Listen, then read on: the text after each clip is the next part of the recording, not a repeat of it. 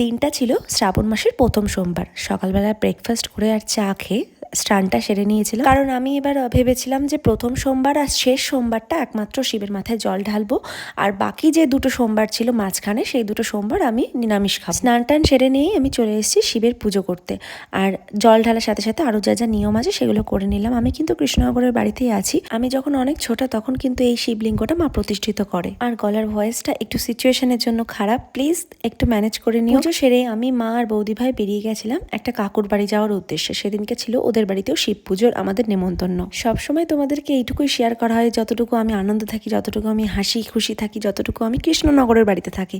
But অন্য সময়গুলো যে কিভাবে কাটে আমার লাইফে সেগুলো কোনো একদিন তোমাদের সাথে অবশ্যই শেয়ার করব। আর দেখো, সন্ধ্যাবেলার থেকে আমরা ছাদে বসেছিলাম, সবাই মিলে আড্ডা দিচ্ছিলাম। আর চাঁদটাকে দেখো সেদিনকে কি সুন্দরই না লাগছিল।